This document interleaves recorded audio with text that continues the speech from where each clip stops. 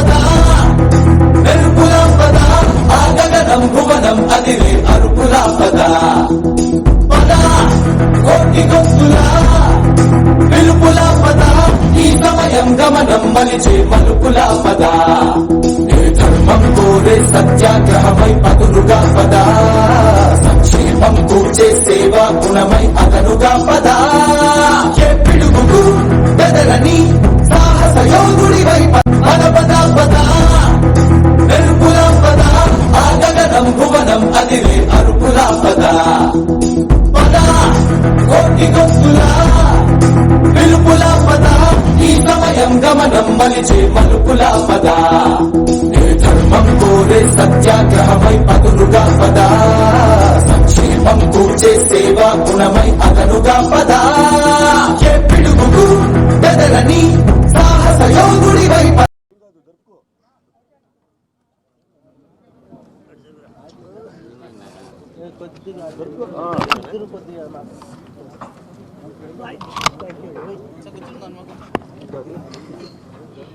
మీరు లేవాలి ప్లీజ్ లేవాలి మీరు లేవండి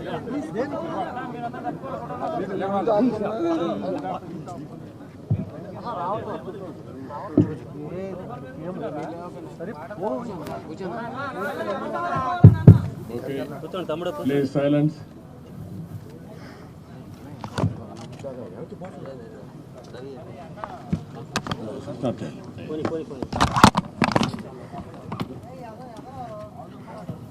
ఇక్కడికి వచ్చిన పాత్రికేయ మిత్రులందరికీ నా హృదయపూర్వక నమస్కారం. ఆంధ్రప్రదేశ్ వినాశనానికి దారితీసిన వైసీపీ ప్రభుత్వానికి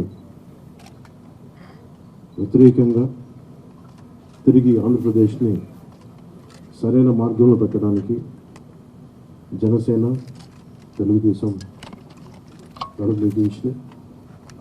సో దాంట్లో భాగంగానే ఈ రోజున శ్రీ చంద్రబాబు నాయుడు గారితో గత 2 సంవత్సరాలుగా మేము ఆలోచిస్తూ ఉన్నాం ఈ పర్టికులర్ రాష్ట్ర క్షేమం గురించి.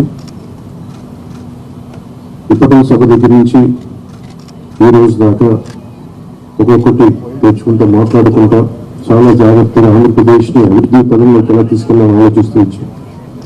అది భాగంగానే ఈ రోజున ఒక పరివార భవిష్యత్తు కోసం రాష్ట్రాన్ని సరైన అభివృద్ధి పదంలో పెట్టడానికి మనస్ఫూర్తిగా ఈ రోజున శ్రీకారం చుట్టడం జరిగింది.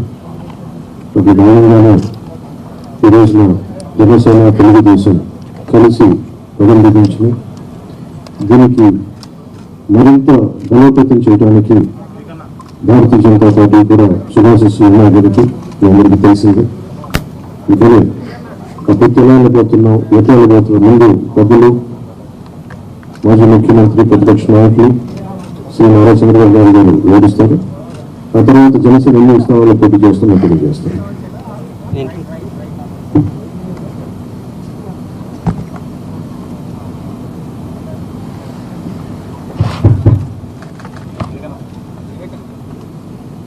గౌరవనీయులు పవన్ కళ్యాణ్ గారు, వేదికైన పెద్దలు, అదే మరిగా ఈ సమావేశానికి వచ్చిన అందరికీ నమస్కారాలు. ఈరోజు మాఘ పౌర్ణమి శుభముహూర్తం. ఆ శుభదినాన శుభముహూర్తంలో తెలుగుదేశం పార్టీ జనసేన పార్టీ రెండు కలిపి ఎన్నికల ప్రయోగానికి సిద్ధమవుతున్నాం. ఈ వార్త రాష్ట్రంలో ఉండే ప్రజలందరూ కూడా ఒక శుభవార్త కావాలని చెప్పి మేము కోరుకుంటున్నాం. పవన్ కళ్యాణ్ గారు చెప్పినట్టు ఈరోజు ఈ యొక్క కలయిక అనేది రాష్ట్ర భవిష్యత్తు కోసం, ఈ రాష్ట్రాన్ని కాపాడుకోవడం కోసం, భావితరాల భవిష్యత్తు కోసం ఈ కలయిక కలుస్తున్నాం. అదే మరిగా ఈ కలయికలో భాగంగా ఇద్దరం కలిసి చాలాసార్లు మాట్లాడుకున్నాం. పార్టీ నాయకులు మాట్లాడుకున్నాం. అన్నీ మాట్లాడిన తర్వాత 175 సీట్లలో 24 సీట్లు జనసేన పోటీ చేస్తుంది. 3 పార్లమెంటు జనసేన పోటీ చేస్తారు. మిగిలిన సీట్లలో తెలుగుదేశం పార్టీ ఇప్పుడు మళ్ళీ వారు చెప్పినట్టు బీజేపీ కలిసి వస్తే ఆ విషయాలు కూడా మాట్లాడుకొని మేము తగిన నిర్ణయాలు తీసుకుంటాం. ఈరోజు మనం మొట్టమొదటిసారిగా ఏదైతే నిర్ణయించుకున్నామో ఆ నిర్ణయం ప్రకారం తెలుగుదేశం పార్టీ అభ్యర్థులు ఎంపిక చేస్తాం. అదే మాదిరిగా జనసేన అభ్యర్థుల్ని పవన్ కళ్యాణ్ గారు ఎంపిక చేస్తారు. అన్ని ఏరియాల్లో ప్రతి ఒక్కరికి విజ్ఞప్తి చేస్తున్నాం. ముహూర్తం కాబట్టి ముందు మేము క్యాండిడేట్స్ రిలీజ్ చేసిన తర్వాత మళ్ళీ మిగిలిన డీటెయిల్స్ అని మాట్లాడతాం.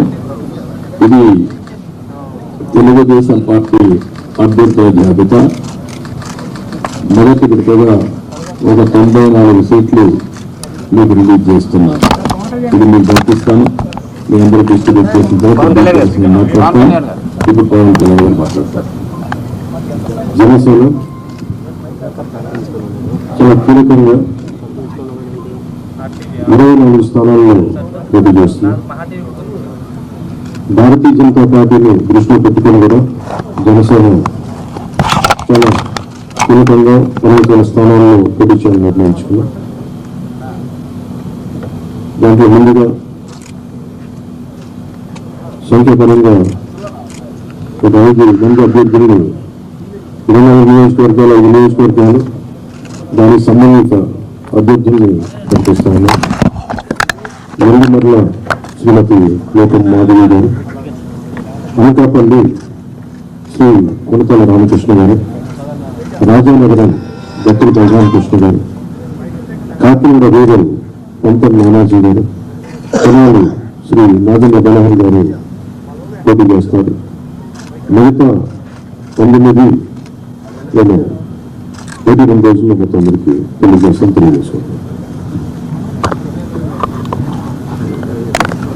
ఇప్పుడు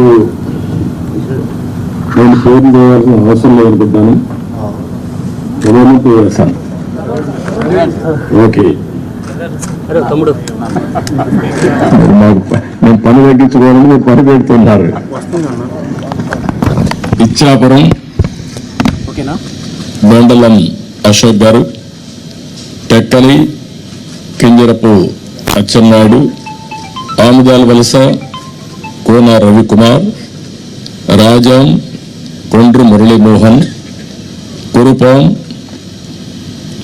Toyaka Jagadeeswari, Parvathipuram Vijaya Bonela, Salur Gummadi Sandhyarani, Bobbili RSV KK Rangarao, Gajapathinagaram Kondapalli Srinivas, Vizianagaram Pusapati Aditi Vijayalakshmi Gajapathiraju, Visakhapatnam east Velagapudi Ramakrishnababu, Visakhapatnam west PGVR Naidu alias Gannababu, Araku valley Siriveri Donnadora, Payakaraopeta Vangalapudi Anitha, Narsipatnam Chintakayala Ayyannapatrudu, Tuni Yanamala Divya, Peddapuram Nimmakayala Chinarajappa, Anaparthi Nallamilli Ramakrishna Reddy, Mummidivaram డోట్ల Subbaraju,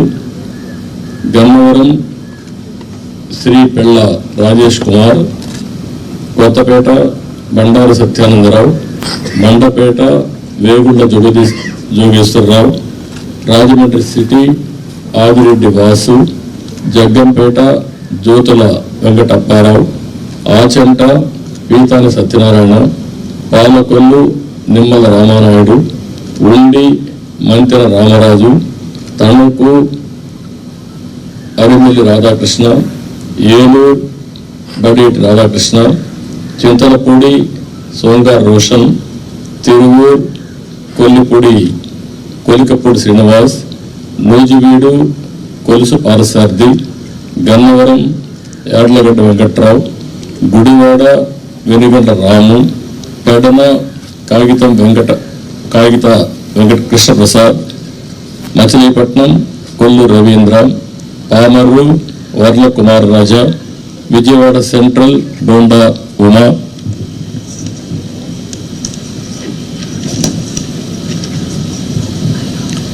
Vijayawada east Gadde Rammohan Rao, Nandigama తంగరల Soumya, Jaggayyapeta Sriram Rajagopal తాతయ్య, తాడికొండ తెనాలి శ్రావణ్ కుమార్, మంగళగిరి నారా లోకేష్, పొన్నూరు ధూళిపండ్ల రవీంద్ర, వేమూరు నక్క ఆనందబాబు, రేపల్లె అనువని సత్యప్రసాద్, బాపట్ల వేగేసిన నాగేంద్ర వర్మ, ప్రత్తిపాడు బోర్ల Ramanjaneyulu, తెల్లూరుపేట Pattipati Pullarao, Sattenapalli Kanna Lakshminarayana, Venukonda GV Anjaneyulu, Macherla Jolakanti Brahmanandareddy, Yerragondapalem Guduru election Babu, Parchur Eluri Sambasivarao, Addanki Ottipati Ravikumar, Santhakulapadu Bommaji Niranjan Vijay Kumar, Ongole Ramarpalli Janardhan Rao, Kondepi Dolasri Bala Veeranjaneya Swamy, Kanigiri Mukku Ugra Narasimhareddy, Kavali Kavya Krishnareddy, Nellore city P Narayana, Nellore rural Kotamreddy Sridhar Reddy, Gudur Pasam Sunil Kumar, Sullurpeta Nandula Vijayasree, Udayagiri Kakarla Suresh, Kadapa Madhavareddy, Rayachoti Mandipalli Ramprasad Reddy, Pulivendula Marreddy Ravindranath Reddy, Mydukur Putta Sudhakar Yadav, Allagadda Bhuma Akhilapriyareddy, Srisailam Budda Rajasekhar Reddy, Kurnool TG Bharat, Panyam Gowri Charitareddy, Nandyal NMD Farooq, Banaganapalli BC Janardhan Reddy, Dhone Kotla Suryaprakash Reddy, Mattikonda KE Shyambabu, Kodugur Boggula Dastagiri, Rayagur Kaluva Srinivasulu, Uravakonda P Keshav, Tadipatri JC Asmith Reddy, Singanamala Bandaru Sravanasri, Kalyandur Alimineni Surendrababu, Raptadu Paritala Sunitha, Madakasara KME Sunil Kumar, Hindupur Nandamuri Balakrishna, Penukonda Savitha, Tandalapalli Jayachandrareddy, Pileru Mullari Kishore Kumar Reddy, Nagari గాలి Bhanuprakash, Gangadharallu doctor VM Thomas, Chittoor Gurijala Jaganmohan, Palamaner N Amarnath Reddy, Kuppam Chandrababu Naidu. లాస్ట్లో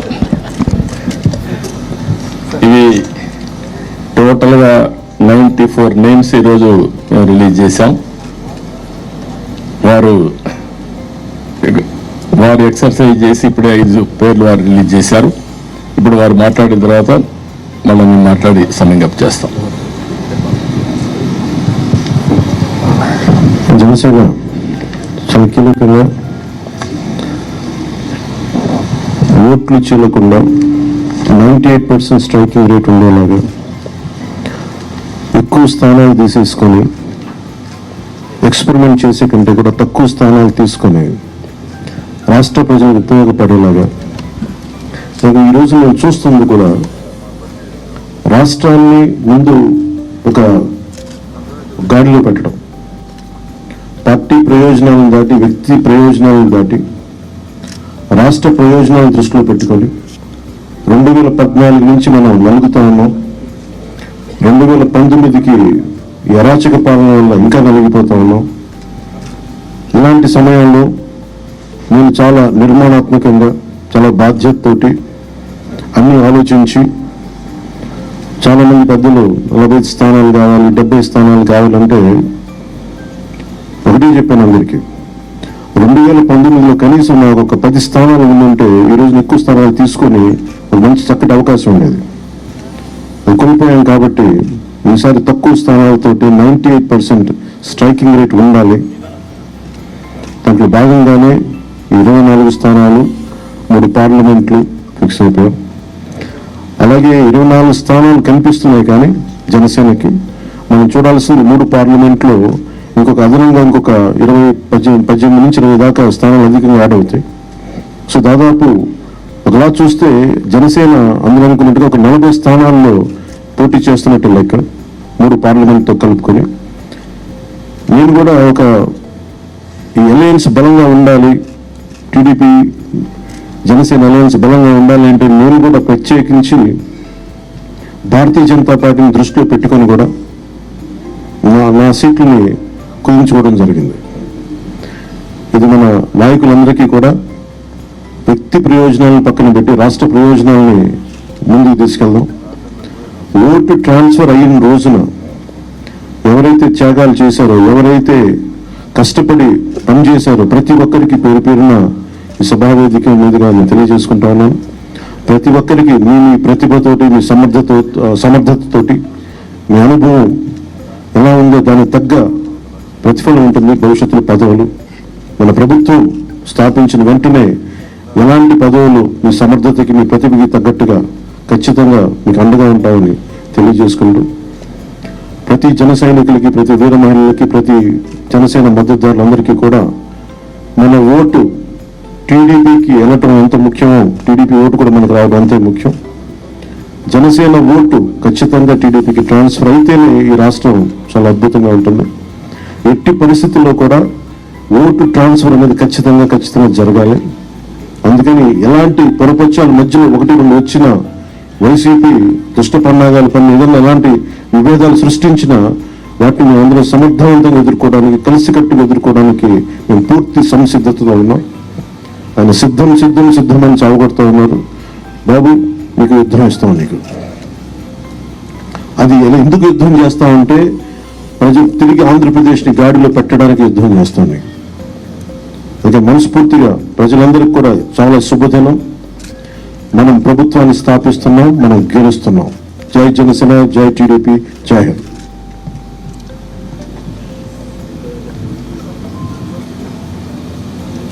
ఇప్పుడే జనసేన అధినేత పవన్ కళ్యాణ్ గారు చెప్పిన దాన్ని పూర్తిగా సమర్థిస్తూ ఈరోజు ఈ కలయిక రాష్ట్ర భవిష్యత్తు కోసం, ఏ 2 వ్యక్తుల కోసమో, ఏ 2 పార్టీల కోసం కాదు, 5 కోట్ల ప్రజా ప్రయోజనాలు ఆశించి ఈరోజు మనస్ఫూర్తిగా 2 పార్టీలు కలిసి పనిచేయాలని ఈ నిర్ణయం తీసుకున్నాం. ఈరోజు రాష్ట్రానికి ఇది ఒక హిస్టారికల్ డే, ఒక మంచి ప్రయత్నానికి తొలి అడుగు ఇది. నేను ఎందుకు ఈ మాట అంటున్నాను, నేను చాలా రాజకీయాలు చేశాను, కానీ రాష్ట్ర విభజన వల్ల రాష్ట్రం నష్టపోయిన రాష్ట్రాన్ని మళ్లీ ఘాట్లో వేయడానికి ప్రయత్నం చేసే సమయంలో 19లో మళ్ళా ఒక విఘాతం రావడం, ఆ విఘాతం వచ్చిన తర్వాత రాష్ట్రం విడిపోయినప్పటికంటే 19 తర్వాత జగన్మోహన్ రెడ్డి ముఖ్యమంత్రి అయిన తర్వాత ఈ రాష్ట్రాన్ని ఎన్ని విధాల ఇబ్బంది పెట్టాలో తిరిగి కోలుకోలేని స్థితికి తీసుకెళ్లిపోయే పరిస్థితికి వచ్చాడు. ఇది ఒక వ్యక్తికి నష్టం కాదు, లేకపోతే పవన్ కళ్యాణ్ గారికి నాకే నష్టం కాదు, 5 కోట్ల ప్రజలకు జరిగిన నష్టం ఇది. బ్రాండ్ ఆఫ్ ఆంధ్రప్రదేశ్ పూర్తిగా డెమాలిష్ చేసిన సందర్భం ఇది. ఇంకొక పక్క ఎవరైనా సరే ప్రజాస్వామ్యుడు తప్పు, ఇది కరెక్ట్ కాదు, నాకు అన్యాయం జరిగిందని చెప్పుకోలేని పరిస్థితి. ఈ అవమానాలు ప్రజలు భరించారు, కార్యకర్తలు భరించారు, పత్రికా విలేకరులు భరించారు, మేము కూడా భరించాం. నా విషయం మీ అందరికీ తెలుసు, 5 కోట్ల మందికి. పవన్ కళ్యాణ్ గారు ఒక మంచి ఉద్దేశంతో వస్తే ఇప్పటం గ్రామంలో జరిగినటువంటి సంఘటన దగ్గర నుంచి విశాఖపట్నంలో రోడ్ షో కూడా చేయకుండా చేసే పరిస్థితి, అడుగడుగున రాజకీయ నాయకుల్ని అడ్డుకొని అరెస్టులు చేసే పరిస్థితి వచ్చింది. అవన్నీ కూడా దృష్టిలో పెట్టుకున్న తర్వాత మేము ఒకటే ఆలోచించాం, మేమందరం కూడా రాగద్వేషాలకు అతీతంగా 2 పార్టీలు కలిసి మనస్ఫూర్తిగా సహకరించి ఈ రాష్ట్రాన్ని కాపాడే బాధ్యత మేము తీసుకోవాలనే ఉద్దేశంతోనే ఈ ఎక్సర్సైజ్కి ప్రారంభించాం. అయితే ఈరోజు ఒక అహంకారంతో ఇక్కడ మనం కూర్చున్నాం. దీని పక్కనే ప్రజావేదిక విధ్వంసంతో ప్రారంభమైంది. ఆ ప్రజావేదిక విధ్వంసం అయిన తర్వాత డెబ్రీస్ ఇంతవరకు కూడా తెలియదు. ఒక అహంభావి ఈ విధంగా ప్రవర్తిస్తాడనేదానికి ఇది ఒక ఉదాహరణ. అంటే అనునిత్యం నేను కానీ నా దగ్గరకు వచ్చిన పవన్ కళ్యాణ్ గారు కూడా చూస్తే గుర్తు రావాలి ఆ విధ్వంసం. ఆ విధంగా విధ్వంసం చేసే పరిస్థితికి వచ్చారు. ఇవన్నీ చూసిన తర్వాత రాష్ట్రాన్ని వైసీపీ బారి నుండి విముక్తి చేయడం కోసం, రాష్ట్ర ప్రజల భవిష్యత్తు కోసం మేము కలిసి పనిచేస్తాం. ఇంకొక పక్క అభ్యర్థుల్ని వారి అభ్యర్థుల్ని ఇప్పుడు ఎవరిని అనౌన్స్ చేస్తారో నాకు తెలియదు. మా అభ్యర్థుల్ని వారికి తెలియదు, కానీ వారు మంచి అభ్యర్థుల్ని వారు ఎంపిక చేస్తున్నారు. మేము కూడా బెస్ట్ అభ్యర్థులను మేము కూడా ఎంపిక చేస్తున్నాం. ఈరోజు చూస్తే నా రాజకీయ జీవితంలో ఎప్పుడూ చేయనంత ఎక్సర్సైజ్ చేశాను నేను. ఆ విషయం ఇది నాకు 9వ ఎన్నికలు, 9వసారి ఎన్నికలు పెట్టినప్పుడు సమైక్య ఆంధ్రప్రదేశ్లో కూడా ఇంత ఎక్సర్సైజ్ నేను ఎప్పుడు చేయలేదు. అంత ఎక్సర్సైజ్ చేశాను. 1,10,00,000 దగ్గర నుంచి అభిప్రాయ సేకరణ చేసుకున్నాను వివిధ సోర్సెస్ ద్వారా. నేను ఒక్క సోర్స్లో చేయలే, అనేక సోర్సెస్ పెట్టి ప్రజల్ని, కార్యకర్తల్ని కాన్ఫిడెన్స్ తీసుకున్నాను. నేను ఒక మహత్తరమైన కార్యక్రమానికి శ్రీకారం చుట్టినప్పుడు నాకు సరైన సమాచారం కూడా ఉంటే సరైన నిర్ణయాలు తీసుకుంటాం. నాకు సరైన సమాచారం లేకపోతే సరైన నిర్ణయాలు తీసుకోవాలనే ఉద్దేశంతో సమాచారం తీసుకుని అన్ని కోణాల్లో విశ్లేషించిన తర్వాతనే ఈ 94 మంది అభ్యర్థులను ఈరోజు వడబోసి ఫైనలైజ్ చేశాం. ఇందులో కూడా మీరు చూస్తే ప్రజల మధ్య ఉండే వ్యక్తులు కానీ, ప్రజలు కోరుకునేవారు, ప్రజల ఆమోదయోగ్యం ఉండేవాళ్ళు, సమర్థవంతంగా ఎన్నికల్ని ఎదుర్కొని అవతల వాళ్ళతో పోటీపడే అభ్యర్థుల్ని ఎంపిక చేయడం జరిగింది. ఈరోజు ఈ 2 ఎక్సర్సైజుల్లో 118 పూర్తయినాయి. 94 మేము చేశాం, వారు 24లో 5 అనౌన్స్ చేశారు. మిగిలిన అభ్యర్థులను వారు కూడా ఎంపిక చేస్తారు. మొత్తం కలిసి 118 మంది అభ్యర్థులను ఎంపిక చేసుకునే పరిస్థితికి వచ్చాం. ఈ అభ్యర్థుల ఎంపికలో తెలుగుదేశం పార్టీ అయితే యువతకు, మహిళలకి, బీసీలకు, అదే మరి యంగ్స్టర్స్కి ఎక్కువ ప్రాధాన్యత ఇచ్చడానికి ప్రయత్నం చేశాం. చదువుకున్న అభ్యర్థులకు కూడా ఎక్కువ ప్రాధాన్యత ఇస్తున్నాం. అదే మరి మీరు చూస్తే ఒక 23 మంది ఫస్ట్ టైమర్స్, ఈ 94లో 23 మంది ఫస్ట్ టైం ఎమ్మెల్యేలుగా శాసనసభకు వచ్చే విధంగా వాళ్ళు కూడా ఎంపిక చేసుకున్నాం. వీళ్ళలో 3 డాక్టర్లు ఉన్నారు, రిటైర్డ్ ఐఏఎస్ ఆఫీసర్లు ఉన్నారు, విద్యావంతులు ఉన్నారు, 28 మంది పోస్ట్ గ్రాడ్యుయేట్స్ ఉన్నారు, 51 మంది గ్రాడ్యుయేట్స్ ఉన్నారు. బాగా 2 అయితే పిహెచ్డి కూడా ఉన్నారు. అదే మాదిరిగా వైసీపీ అభ్యర్థిని ఒక్కసారి మీరు పోలీసు చూస్తే కడాన రెడ్ శాండల్వుడ్ స్మగ్లర్స్ కూడా పెట్టేశారు. రౌడీల్ని, గూండాల్ని కాకుండా రెడ్ శాండల్వుడ్ వ్యాపారం చేసేవాడు పెట్టారంటే ఆ డబ్బులు ఇంకా ఆ రెడ్ శాండిల్ వ్యాపారం చేసే వాళ్ళు ట్రాన్స్ఫర్ కూడా చేశారు అక్కడి నుంచి. ఎందుకంటే బ్రహ్మాండమైన ప్రొడక్షన్ ఉంది అక్కడ, నాయకుల ప్రొడక్షన్ కూడా, నాట్ ఓన్లీ రెడ్ శాండల్వుడ్ ప్రొడక్షనే కాదు. అలాంటి వాళ్ళని రెవెన్యూని డబ్బులతో ట్రాన్స్ఫర్ కూడా చేసి రాష్ట్రం అంతా స్ప్రెడ్ చేసే పరిస్థితికి వచ్చారు. ఈ విషయం కూడా ప్రజలు కూడా గుర్తుపెట్టుకోవాల్సిన అవసరం ఉంది. ఈరోజు మేము చేసిన అభ్యర్థుల్ని, ప్రజలకు జవాబుదారీతనంగా ఉండే అభ్యర్థుల్ని అటు జనసేన ఇటు తెలుగుదేశం పార్టీ ఇద్దరు కూడా చేశాం. ఈరోజు ప్రజల్లో తీవ్రమైన వ్యతిరేకత ఉంది. ఎంత వ్యతిరేకత ఉందంటే భయం కూడా అంత ఉంది. ఈరోజు మీరున్నారు ప్రెస్, మీ మీద సిరీస్ ఆఫ్ దాడులు జరిగాయి. సిరీస్ ఆఫ్ దాడులు జరిగితే మీరు ప్రతిఘటించాలి అని నిస్సాహిస్థితిలో మీరున్నారు. ఏమనుకో అంటే మనోధైర్యాన్ని కూడా కోల్పోయే పరిస్థితిలో ఉన్నారు. ఒక వ్యక్తి స్వేచ్ఛగా వాళ్ళ అభిప్రాయాలు చెప్పే స్వేచ్ఛ ప్రతి ఒక్క వ్యక్తికి ఉంది. అదేవిధంగా పత్రికా విలేకరులకి బాధ్యత ఉంది. అతనికి స్వేచ్ఛ ఉంది, మీకు బాధ్యత ఉంది. 4 ఎస్టేట్స్ ఏదైతే ప్రజాస్వామ్యంలో 4 పిల్లర్స్ అనేటివి చాలా ముఖ్యం. ఒక పక్క చట్టసభలు, ఎంపిక చేసే అభ్యర్థులు, అక్కడి నుంచి గెలిచిన అభ్యర్థులు చట్టాలు చేయడం, రెండోది కార్యనిర్వాహక అధికారులు, ఐపీఎస్ ఆఫీసును ఆల్ ఇండియా లెవెల్లో విడిచిపెట్టడం, మూడోది పత్రికా విలేకరులు ఎక్కడికక్కడ స్వేచ్ఛగా ఎవరేం చేసినా నిర్మోహమాటంగా ప్రజలకు చెప్పడం, ఎక్కడ తప్పు జరిగితే తప్పు జరిగిందని కోర్టుకెళ్ళి మళ్ళా మన హక్కులు కాపాడుకోవడానికి న్యాయ వ్యవస్థ. ఈ రోజు మన రాష్ట్రంలో చూస్తే ఈ 4 వ్యవస్థలు కూడా ఒక విధంగా చెప్పాలంటే నిర్వీర్యం చేసే పరిస్థితి, దుర్వినియోగం చేసే పరిస్థితి. ఇష్టానుసారంగా ఒక్క ఐఏఎస్ ఆఫీసర్, ఒక్క ఐపీఎస్ ఆఫీసర్ మాట్లాడలేని నిస్సహాయ పరిస్థితి నేను 45 ఏళ్ళు ఎప్పుడు చూడలా. ఇదే మీడియాలో నేను చూశాను. ఇది ఎంత పరాకాష్టం మీరు గుర్తుపెట్టుకోవాలి. ఇదే మీడియాలో ఒక్కసారి ఒక జీవో తీసుకొచ్చి నియంత్రణ చేస్తున్నానని రాజశేఖర్ రెడ్డి ఒక జీవో తీసుకురావడానికి ఫైల్ మూవ్ చేశాడు అంతే.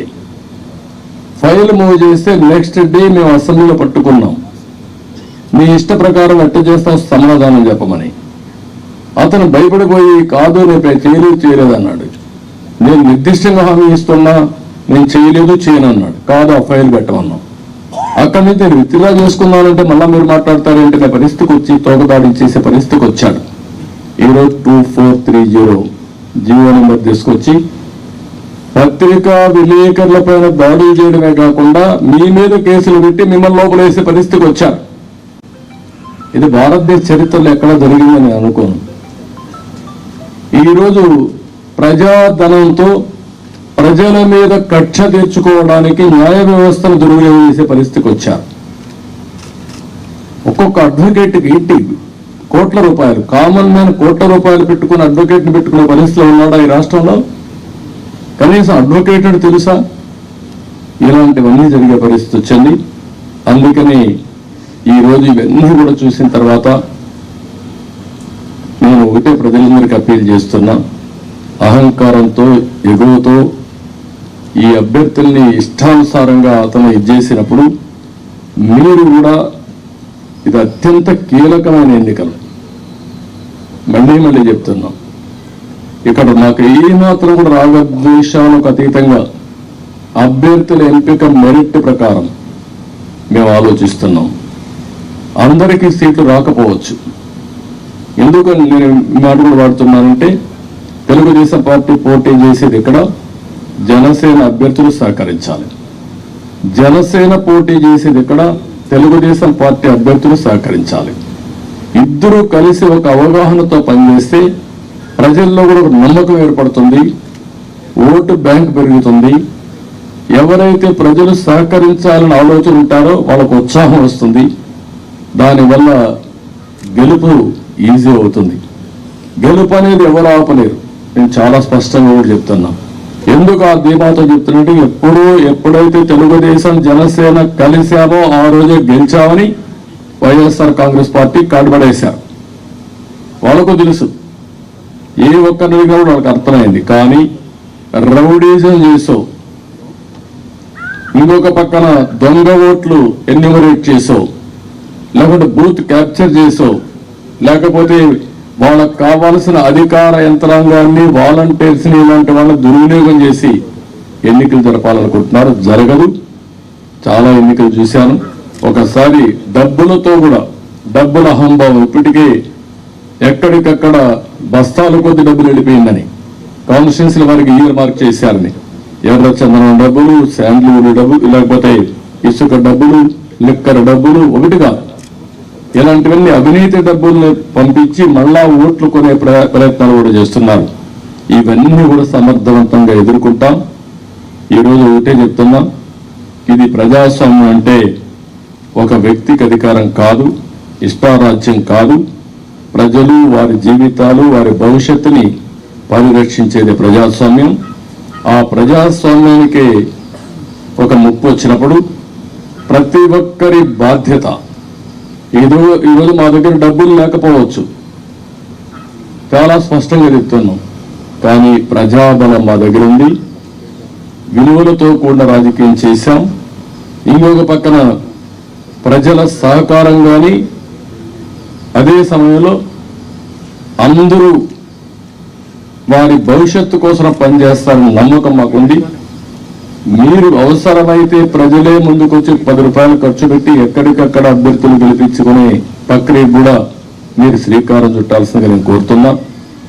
ఒక పక్క 5 కోట్ల ప్రజలు, ఒక పక్క ఒక అహంభావంతో, ధనబలంతో, పెత్తందారు విధానాలతో, రౌడీజంతో వస్తున్నటువంటి పార్టీ ఇంకొక పక్క. అందుకే ప్రజలందరూ కోరుతున్నా, మీరు ఆలోచించాల్సిన అవసరం ఉంది. మా బాధ్యత మేము చేస్తాం, మీ బాధ్యత మీరు చేయండి, సహకరించమని మరొకసారి అందరినీ కోరుకుంటూ సహకరిస్తారని చెప్పి ఆశిస్తూ, జై హింద్, జై తెలుగుదేశం, జై జనసేన.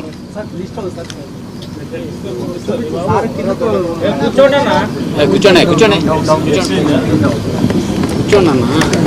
అన్న, కూర్చోండి కూర్చోండి.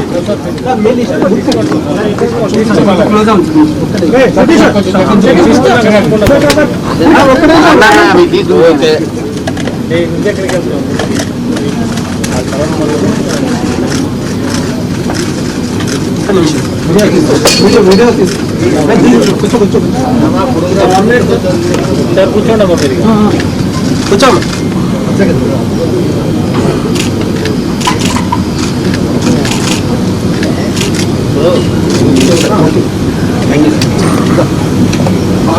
ఎక్కడి నుంచి పోటీ చేస్తారో చెప్పలేదు మీరు.